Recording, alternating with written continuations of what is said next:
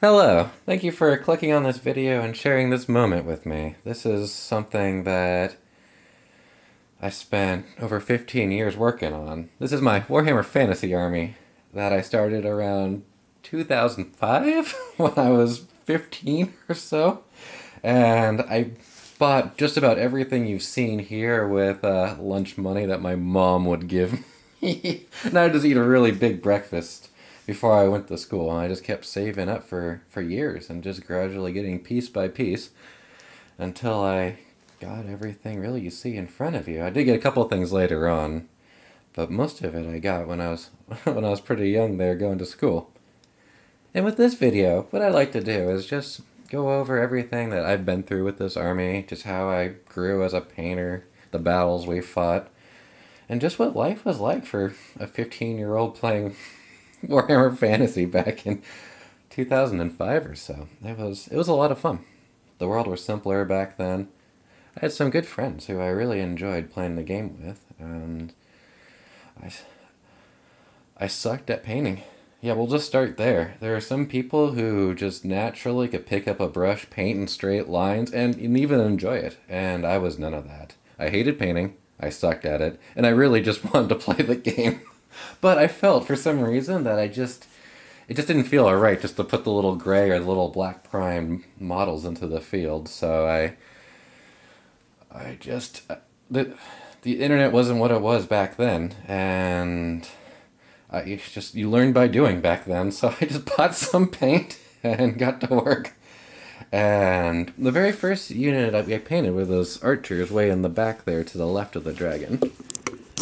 And they have been repainted twice. The first time was that bad.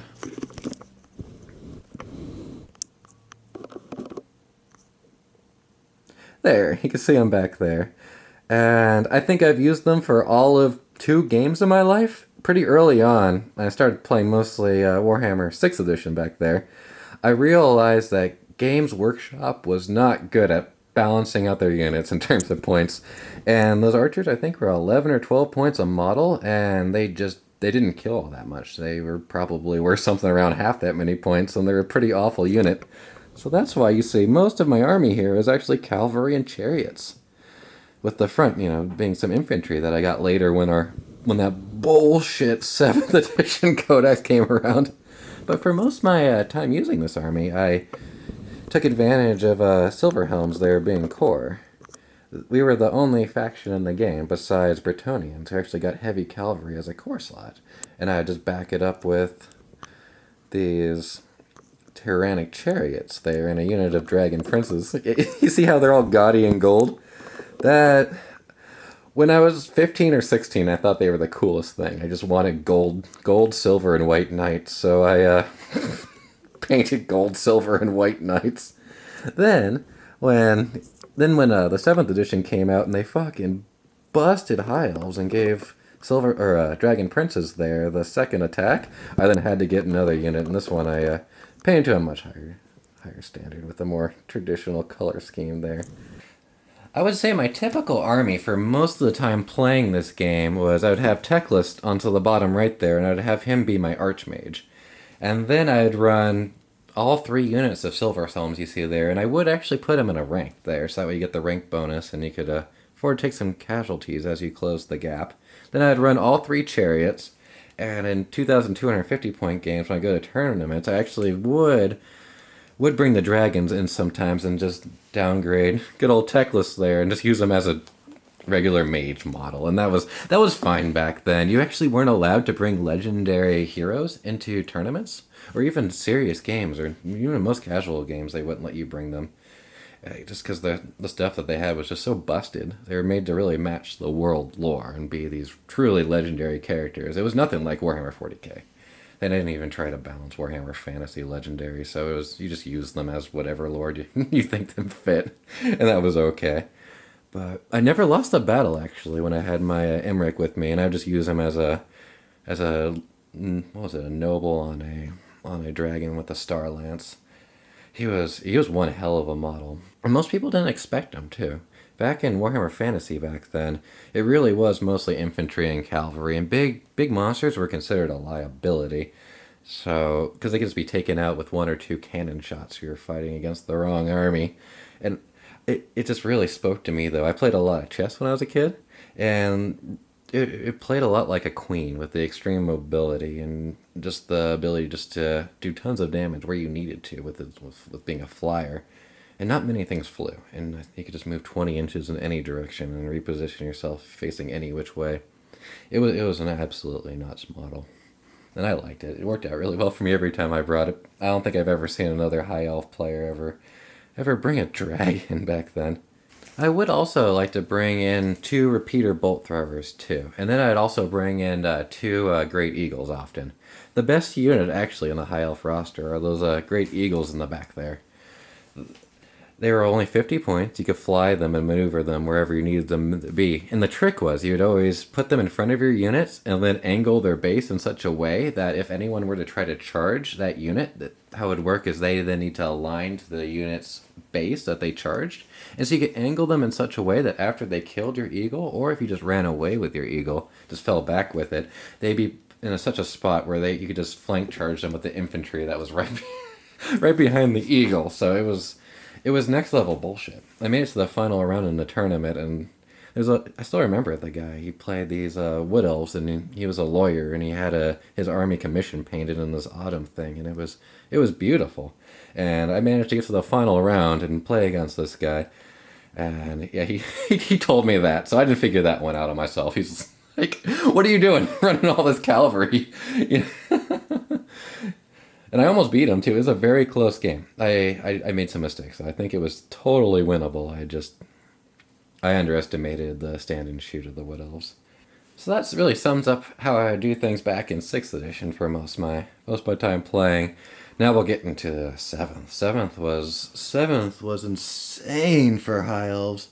It was out of this world. So High Elf infantry before 7th was by and large garbage. And I won a lot of games by realizing that early on and just running cavalry, bolt throwers, and mages, and the dragon.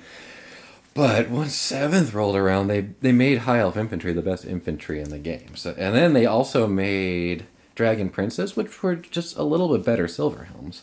They just turned them into some of the best heavy cavalry in the game, giving them those 2 attacks for only like 4 more points or so. It was absolutely insane how undercosted they were for what they did. So that's when I picked up that second unit there. And then I also completed the first unit of Swordmasters. And then eventually I got that second Isle of Blood one there. Yeah, I've done the tournaments with them, and I've seen just that one of those units of Swordmasters just cleave through 1,000 points or more of greenskins. What made the infantry just truly insane was they gave all high elves always strike first. So even if they were charged, they still get to strike first. And then Swordmasters had rules in such a way that they could still strike first with their great weapons. And then they also gave them 2 attacks. It was just too much stuff. They always strike first and 2 attacks is just... It's just crazy. And they had weapon skill 6, which is better than a lot of races' heroes. So they're hitting on 3s, wounded on usually 2s. Or sometimes 3s. You're fighting something big. And they would just grind them up. And the rules back then were set up in such a way that you could only attack back with the units that survived in the front. So what that means is if you have a unit of 5 infantry, or like a unit of 20 infantry, but there's only 5 in the front there, versus another unit of like 25 infantry, but there's 5 in the front. If one unit gets to go first, and if they kill 5 casualties, the enemy unit, even though it still has 20 remaining survivors, couldn't attack with any of them. I think they tried to go after like Lord of the Rings, or the first movie, you see the elves killing the orcs before the orcs will swing at the elves. It always felt like that.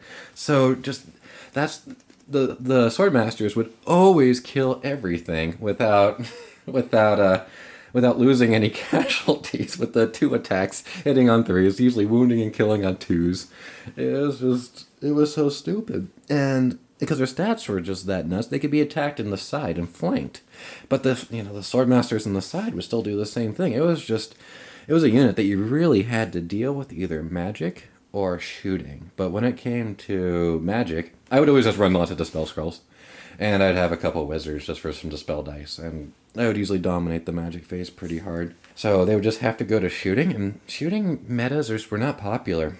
A lot of the units were just overpriced. My high elf archers weren't the only ones grossly overpriced for range units. Yeah, Games Workshop was just never good at balancing the game. They didn't really put much of any thought into, or successful thought into how to actually point out units and to really flesh out rules with how shooting worked in general. But I did run a bit of shooting power though, and I would always just bring 2 or 3 repeater bolt throwers like you see in the back right there. So I'm gonna turn the camera to them. There we go. Yeah, those things were good value. Those things were excellent value. And for what were they? They were 100 points each. Yeah, and they were for every 100 point you spent in repeater bolt thrower, they were way stronger than 100 points spent in archers. That's for sure. And for my 7th edition list, as great as all the infantry was, they even removed silver helms from being a core choice, and then they made dragon princes so much better being a special. So I don't think I ever ran any of my silver helms that I ran exclusively in 6th. I never ran any of them in 7th, unfortunately. They just weren't running with how they rebuilt the army. So that's when I then got a second unit of spearmen there, and I did something silly there.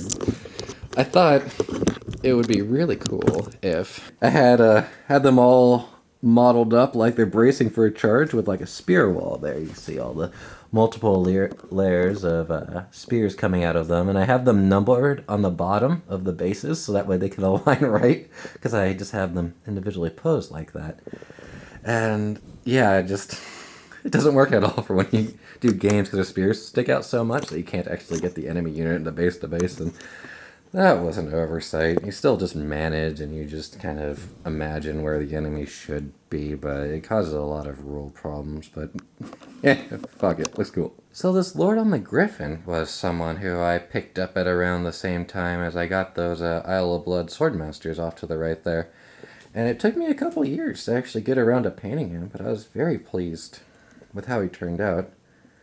But Griffins, I don't think a High Elf Lord on the Griffin was ever something you'd want to bring in 6th or 7th edition. So he's never seen a battlefield. He just sits there looking pretty, but maybe one day they're bringing back the game. Maybe they'll make him better then. Same thing too with the Phoenix Guard. They weren't the worst infantry unit that they had, and they also got a buff too in 7th edition, similar to all High Elf infantry. They gave everything 2 attacks and always strike first. But the problem in 7th edition with Phoenix Guard and the White Lions right next to them was just that they weren't swordmasters. Swordmasters just had the great weapons and the weapon skill, and I don't think the White Lions at that time had the bypass for the heavy weapons, so they would still always strike last. And in High Elves, if that was the downside too, if anything ever hit them, they would die. They're just toughness 3 with usually pretty awful armor. And the next thing here I want to talk about is my wizard. So we have Teclis right there, and then we have next to him we have Alariel. I didn't get her till later, but the model came out really nice. Then I got the Isle of Blood Wizard, which is probably my favorite looking one. Then I have these 2 that I got at a local GameStop game shop when I was a kid. And I always thought of them as like a brother and sister. I don't know why. Sometimes kids just get weird ideas in their head, but I've had those 2 for a long time. They're probably my first wizards, actually. And the guy off to the left here is someone who I got off eBay for $8. That has to be one of the best painted wizards I've ever seen. I never painted that guy. But whoever did was a very talented man, and certainly deserved more than $8 for it. It really is impossible to describe just the feeling of pride I get when I look at this. I absolutely hated every second of painting. I found it boring. Painting this many models was very tedious. It took every unit probably at least 30 hours. Probably more, depending. It took me a while to paint. I never was really all that fast of a painter. I would just keep putting lots of time into it whenever I was off work or off school. And when I have some free time later too. Yeah, I never enjoyed it, but I'm so glad it's done. I don't think I would complain if I never painted another model again. No way. I've done my time. I'm done. It was tedious, but I'm I'm proud of it. I think it's pretty. It's not the best looking army that you'll see on YouTube, but I love it. It's mine. It's the one I fought with. It's the one that was there for me. I think I've only lost 2 games out of every game I played with it over the years, both of which I think were at major tournaments. When it came to just fun games that I would do with my friends and whatnot, I was that guy. I put a lot of thought into strategy, and I would always make sure the odds were in my favor before I'd move in, and I had a really mobile force that could hit really hard with the chariots in conjunction with the cavalry there, and it worked out very well for me. Especially with seventh. Seventh was just absolutely insane. I think it was just hard to lose with high elves if you're running those sword masters. They really screwed up that codex, but I did get the experience of playing through it and seeing grown men cry at game tournaments and just bullshit. And oh yeah, it's just how people get over games. And I mean, I'm laughing at those people, but I was in there just as much though. I just wasn't on the losing end. I'm sure if someone beat me in those big tournaments, I would have felt it. Yeah, it was fun though. It was just a lot of just the battles in Warhammer were just so absurd. I remember so many of them still after all these years in such great detail. I had a friend whose name was Alexander, and he had this wood elf army, and he was a smart guy, and he knew what he was doing, and he got tired of me crushing him with my cavalry, so he bought a tree man just for me, and it had 6 toughness. And so my lances probably wouldn't do very much to it on the turn I charged, and then the cavalry goes down to strength 3 after that, so then he would just win. You just couldn't hurt him at that point. And so he was marching up on me thinking that he's going to get me, and I was a deceitful little shit. I could see that was his strategy, and I was like, oh, what am I going to do? I don't know. And then he got all within my charge range, and and I was like, I guess I might as well charge your tree man, just goading him into that. But then when he got inside my charge range, I just used my cavalry and I charged everything besides the tree man. And then how it works is after you destroy a unit, you get to overrun some. So I destroyed all his stuff, moved behind his tree man so he couldn't charge me next turn. And then I just turned all my stuff and charged him from every single angle on his tree man that was left. And ended up actually morale breaking him because you get minuses if you're charged in the flank and the rear and if they outnumber you. And I did all those things. And it was fun. Like things like that happened. It was a very strategic game. It involved dice, but with how much dice you have to roll in your typical game, the averages always came out. So if you do the math and try to set things up in such a way where you come out ahead 80% of the time, you'd win just about every game. You just had to do that D6 math. Let me see. What else was it like? We used to do these big games it was actually at Alexander's house again with some buddies of mine from the Boy Scouts. And there we would do these big old 4-on-4s with this table that must have been like an 80-inch by 80-inch or something just ridiculous. So I would bring some wizards and I'd give them Lower of the Heavens, which had this one spell, I think it was like Usain's Thunderbolt or something like that.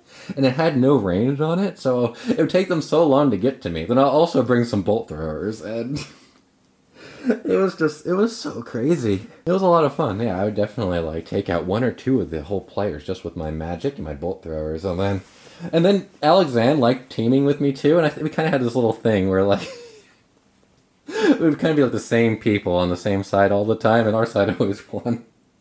It was fun though. We'd be playing against my other friend, his name's Sean. He had Chaos Knights, and those things were strong. His uncle Terry, who would bring Dark Elves or Vampire counts. There would be a Bretonnian player, too. His name was Danny, and he'd be on the other side as well. Often, yeah, it was a lot of fun. Those armor-piercing multi-shots would always wreck Danny pretty hard off of the repeater bolt throwers on the back right there. Some other fun moments I remember, too, was there was this big convention in the Bay Area called KublaCon. And I think I went undefeated up to the final round, and that's where I fought that Wood Elf player I mentioned earlier who beat me. But on my way there, I think I won, maybe it was like 5 or 6 games before I made my way up there.